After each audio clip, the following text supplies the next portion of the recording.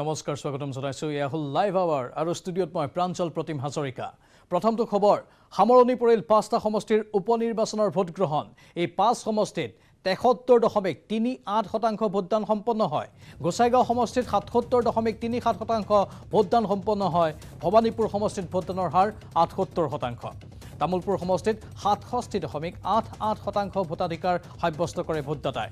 মৰিয়নিত ভোটদানৰ হাৰ 69.81% ইফালে থাওৰাত 75.07% ভোটদান সম্পন্ন হয় ইভিএমত বন্দী হল 5 সমষ্টিৰ 31 গৰাকী প্ৰাৰ্থীৰ ৰাজনৈতিক ভাগ্য কটকটীয়া নিৰাপত্তাৰ মাজত ষ্ট্ৰং ৰুমত জমা দিয়া হয় ইভিএমসমূহ নিখাৰ ভাগতেই ষ্ট্ৰং ৰুমলৈ এনেধৰণে লৈ যোৱা হয় ইভিএমসমূহ 2 নৱেম্বৰত ঘোষণা কৰা হ'ব ফলাফল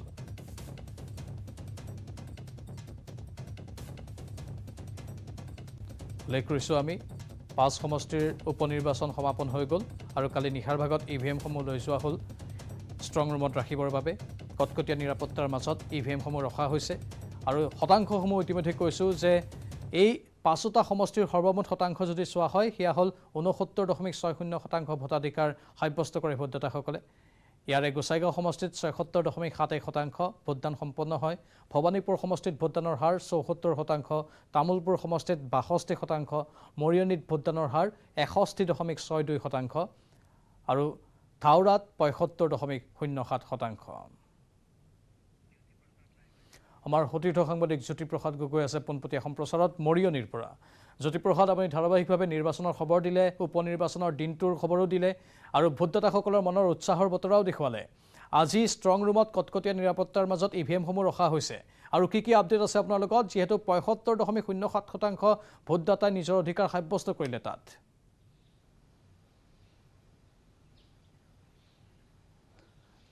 চাওক এটা কথা ক'ব লাগিব যে যি মৰিয়নি নিৰ্বাচনৰ যি উল্লেখনীয় দিশ বুলি এটা কথা ক'ব পাৰি যে ইয়াৰ আজি ভোটদানৰ হাৰ অতি এবাৰ কম দেখিবলৈ পোৱা গ'ল যেহেতু যোৱা নিৰ্বাচনৰ বিধানসভা নিৰ্বাচনত ইয়াত 75% যি ভোটদান হৈছিলে কিন্তু তাৰ বিপৰীতে কিন্তু কালি খুব যি ভোটদানৰ হাৰ খুব কম দেখিবলৈ পোৱা গ'ল যেহেতু কালি 69.81% ভোটদান ইয়াত হৈছে আসলে এই যি ভোটদানৰ হাৰ কমে আসলে কাৰ বাবে কি ইংগিত বহন কৰিছে অতিকৈ লক্ষণীয় বিষয় হৈ পৰিছে যেহেতু ইয়াত যি বিজেপি যি আগ্ৰাহী ইয়াত নিৰ্বাচনী প্ৰচাৰ আছিলে মুখ্যমন্ত্ৰী নিজে ইয়াত 9খনকৈ সভা আয়োজন কৰিছিলে সমগ্ৰ যি দিছপুৰ উঠি আহিছিলে মিনি দিছপুৰৰ দৰে পৰিৱেশৰ সৃষ্টি হৈছিলে কিন্তু তাৰ বিপৰীতে ভোটাৰসকলৰ মাজত কিন্তু যি উৎসাহ দেখিবলৈ পাব লাগিছিলে কিন্তু তেনেকুৱা ধৰণৰ উৎসাহ দেখিবলৈ পোৱা নগ'ল আপুনি বাগিচালৈও কালি মন কৰিছিলোঁ বাগিচা ভোটাৰসকলৰ যি ধৰণৰ উৎসাহ হ'ব লাগিছিলে তেওঁলোকে ভোটদানৰ যি আচলতে তেওঁলোকে আগতে যিহেতু যথেষ্ট উৎসাহেৰে ওলাই আহিছিলে কিন্তু কালি সেই পৰিৱেশ আমি দেখিবলৈ নাপালোঁ ঠিক সেইদৰে গ্ৰামাঞ্চলৰ ভোটাৰসকলো ওলাই নাহিলে নগৰৰ যি অঞ্চলত 67% আপোনাৰ যি ভোটদান হাৰ হৈছে শতাংশ ভোটদান হ'ল যি মৰিয়নি নগৰত যাৰ যিহেতু তাত প্ৰায় 18,000 ভোট আছে ঠিক সেইদৰে বাগিচা অঞ্চলতো ভোটদানৰ হাৰটো যথেষ্ট কম পূৰ্বতকৈ যথেষ্ট কম এনে হ'বতে আচলতে এই ভোটদানৰ হাৰে কম হোৱাৰ যি ইংগিত এইটো আচলতে কিহৰ কি বহন কৰিব তাক লৈ এতিয়া চিন্তিত হৈ পৰা দেখিবলৈ পোৱা গৈছে যিহেতু এটা কথা ক'ব লাগিব যে বাগিচা অঞ্চলত যথেষ্ট পৰিমাণে বিজেপি এটা সবল ভূমিকা আছিলে যি ৰূপজ্যোতি কুৰ্মীয়ে হওক বা মুখ্যমন্ত্ৰী হিমন্ত বিশ্ব শৰ্মাই বাগিচা ভোটাৰক লৈ পিনি ইয়াত যথেষ্ট তেওঁলোকে এখন ট্ৰাম্প কাৰ্ড খেলিছিলে যে উন্নয়নৰ যিখন ট্ৰাম্প কাৰ্ড খেলিছিলে সেই কিন্তু যেনেধৰণে বাগিচা লোকসকলে আশা কৰিছিলে বা যিধৰণে হেৰি কৰিছে ক'ৰবাত হয়তো অনীহা প্ৰকাশ কৰিছে যেহেতু মৰিয়নি সমগ্ৰ পৰিৱেশ দেখিছে যেহেতু এটা কথা ক'ব লাগিব যে গ্ৰামাঞ্চলৰ লোকসকলৰ মাজত ৰূপজ্যোতি কুৰ্মীৰ বিৰুদ্ধে এটা ক্ষোভৰ আমি খুব দেখিবলৈ পাইছিলোঁ যে যিটো এটা ৰূপজ্যোতি কুৰ্মীৰ যিবোৰ কৰ্মকাণ্ড বিজেপি গমনৰ এই সমগ্ৰ বিষয়বস্তুলৈ গ্ৰামাঞ্চলৰ লোকসকলৰ মাজত এটা ক্ষোভ দেখিছিলোঁ তাৰে কিছুসংখ্যক বাগিচা লোকেও কিন্তু ৰূপজ্যোতি কুৰ্মীৰ প্ৰতি ক্ষোভ প্ৰকাশ কৰিছিলে কিন্তু সেই যিসকল ক্ষোভিত হৈ থকা লোকসকলে কিন্তু ভোটদান কৰিবলৈ আহিল নে নাহিল বা কেনেকুৱা ধৰণৰ লোকসকলে এইবাৰ ভোটাধিকাৰ সাব্যস্ত কৰিলে তাক বৰ্তমান স্পষ্ট নাই হোৱা যদিও কিন্তু এই যি ভোটদানৰ হাৰ কমে আচলতে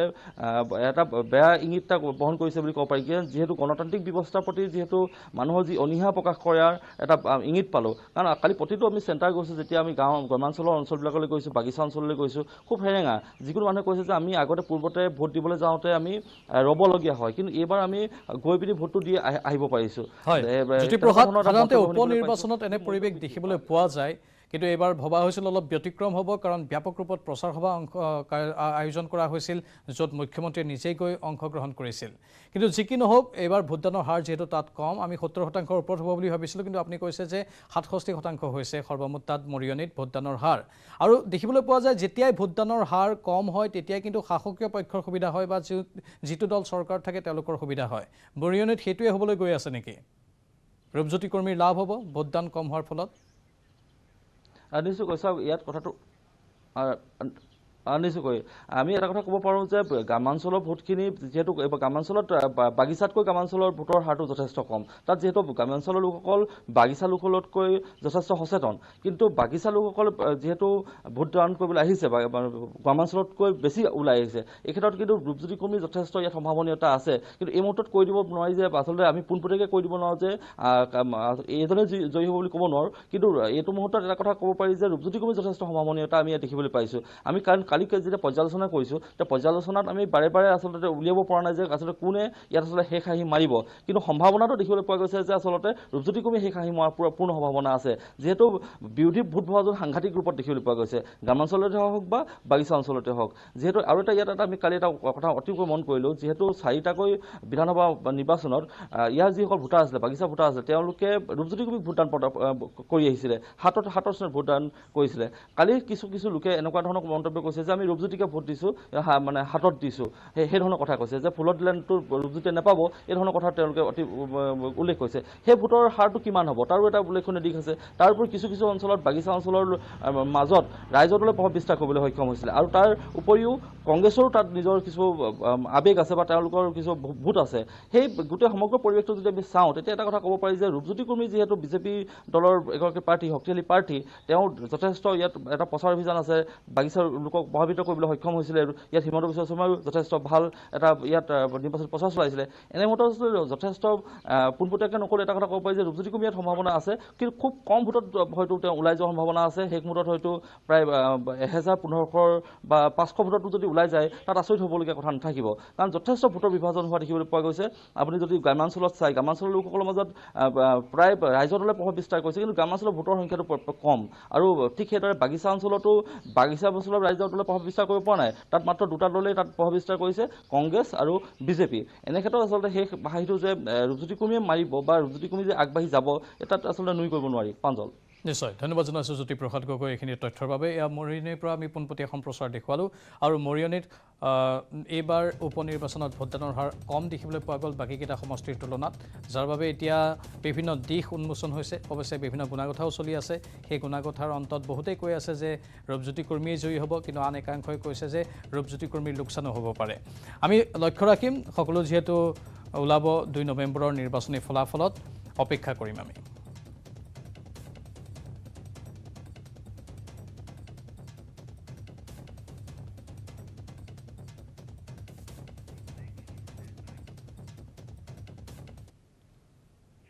আৰু বাতৰিখিনিতে সময় হৈছে চমু বাণিজ্যিক বিৰতিৰ মই ব্যৱহাৰ কৰোঁ আটাইতকৈ সবল আৰু সতেজ চিমেণ্ট সূৰ্যা চিমেণ্ট অটুট ঘৰ অটুট অসম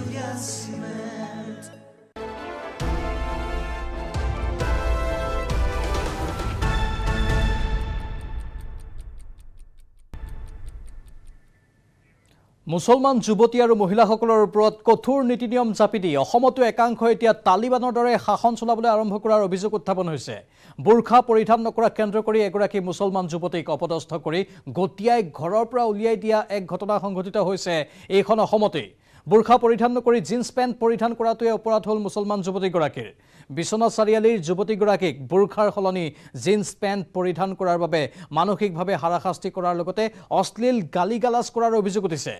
একেটা অঞ্চলৰে নুৰুল আমিন নামৰ ব্যক্তিগৰাকীয়ে বুৰখাৰ সলনি জিন্স পেণ্ট পৰিধান কৰাৰ বাবে অপদস্থ কৰে যুৱতীগৰাকীক এই ঘটনাটো সংঘটিত হোৱাৰ সময়ত ঘৰৰ মহিলাসকলে কোনো প্ৰতিবাদ নকৰাকৈ চাই আছিল নীৰৱে কেৱল এই ঘটনাই নহয় পূৰ্বেও অঞ্চলটোৰ আন কেইবাগৰাকীও যুৱতীক বুৰখা পৰিধান নকৰাৰ বাবে অপদস্থ কৰাৰ তথ্য পোহৰলৈ আহিছে উল্লেখযোগ্য যে ইলেক্ট্ৰনিক সামগ্ৰীৰ ব্যৱসায়ৰ সৈতে নুৰুল আমিনৰ পৰিয়ালটো জড়িত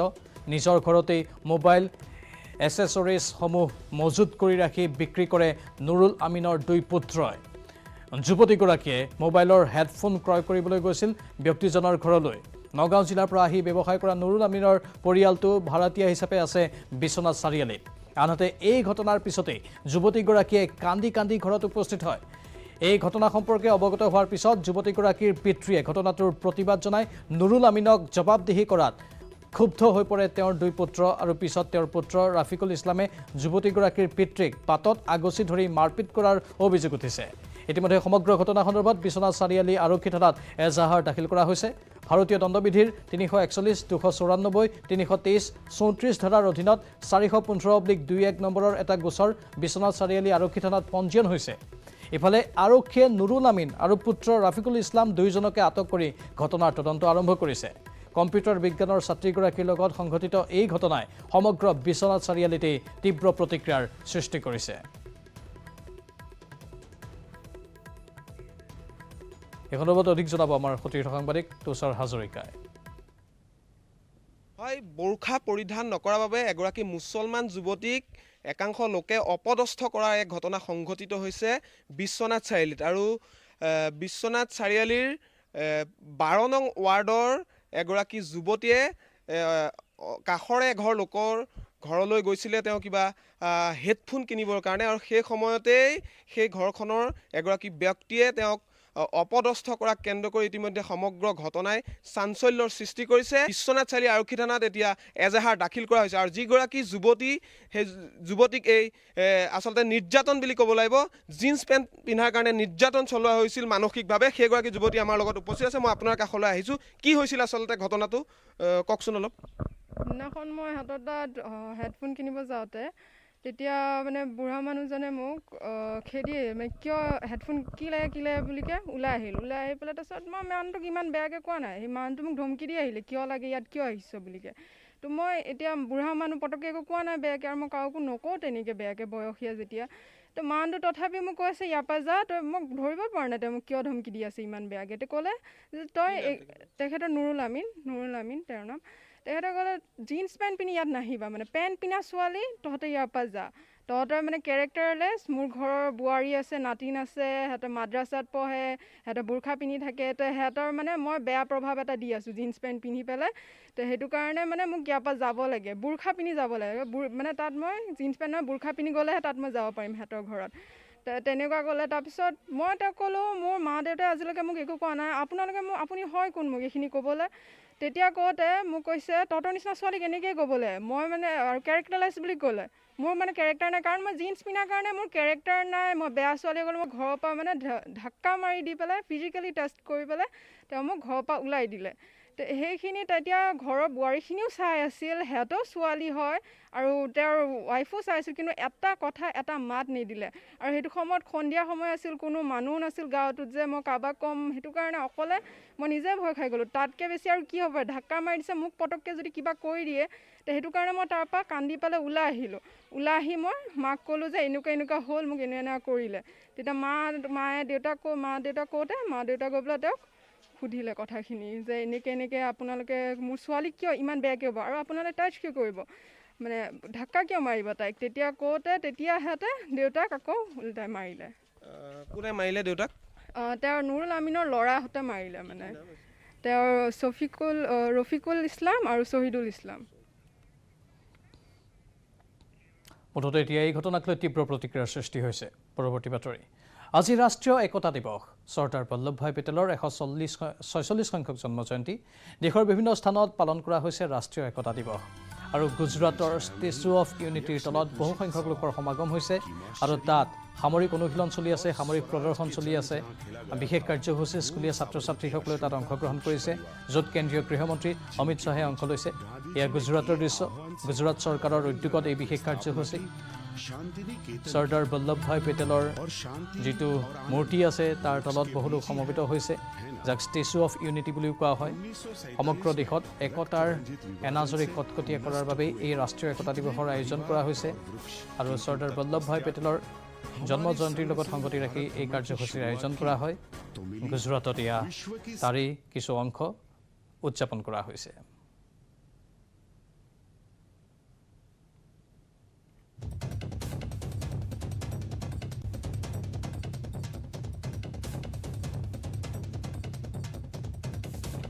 পোনপটীয়া সম্প্ৰচাৰ আমি দেখুৱালোঁ আপোনালোকৰ বাবে ৰাষ্ট্ৰীয় একতা দিৱসৰ কাৰ্যসূচীৰ পৰৱৰ্তী সময়তো দেখুৱাই থাকিম দেশৰ বিভিন্ন স্থানত আজি ৰাষ্ট্ৰীয় একতা দিৱসৰ কাৰ্যসূচী পালন কৰা হৈছে গুজৰাটৰ সমান্তৰালকৈ আন প্ৰান্তৰ পৰা আপোনালোকে বিশেষ সম্প্ৰচাৰ দেখি থাকিব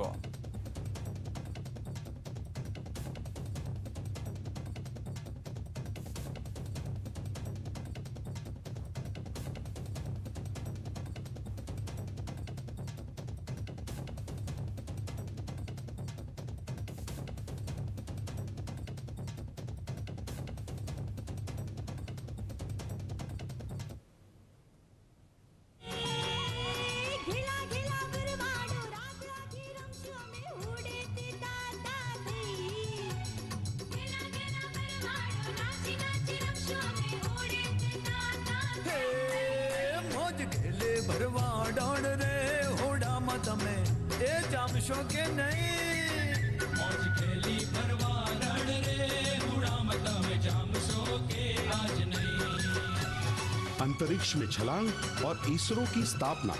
मवेशियों के दूध के लिए आई श्वेत क्रांति, आर्यभट्ट उपग्रह को अंतरिक्ष में ले जाने वाला यान, अंतरिक्ष में पहला कदम रखते हुए राकेश शर्मा ने बढ़ाई देश की शान। फिर सुनीता पंड्या ने भी, और पीटी उषा की मैराथन से जयकारे लग गए। पोखरण में अंतरिक्ष विज्ञान से लेकर परमाणु प्रयोग तक, पहले से वर्तमान तक की यात्रा। इस यात्रा में कई प्रसिद्ध कीर्ति स्तंभ है 1947 से 2021 तक, पर वर्तमान का मिजाज अनोखा है। सबका साथ, सबका विकास, सबका विश्वास। भारत आत्मनिर्भर हुआ और अपनी पहली जीपीएस प्रणाली की शुरुआत हुई। एक ही टैक्स स्ट्रक्चर जीएसटी से पूरा देश एकजुट था। पिंजड़ बंद महिलाओं के उद्धार के लिए ट्रिपल तलाक को नाबूद किया गया। एकता और अखंडता हमारा जीवन मंत्र है। धारा 370 को हटाकर सच्ची भारतीय एकता की आवाज कश्मीर में सुनाई दी। 2019 की महामारी में दुनिया का दूसरा सबसे अधिक आबादी वाला देश, यह दुनिया में सबसे कम कोरोना केस वाला देश बना। हवाई हमले से लेकर आतंक का चारों ओर से सामना किया गया। हमने चीन से भी कहा, तुम चीन हो तो हम प्राचीन। करमसद और नडियाद के वृक्षों के साथ जीने वाले सरदार साहब एक सच्चे किसान भी थे। फिर वो बन गए भारतवर्ष के एकता की सूत्रधार।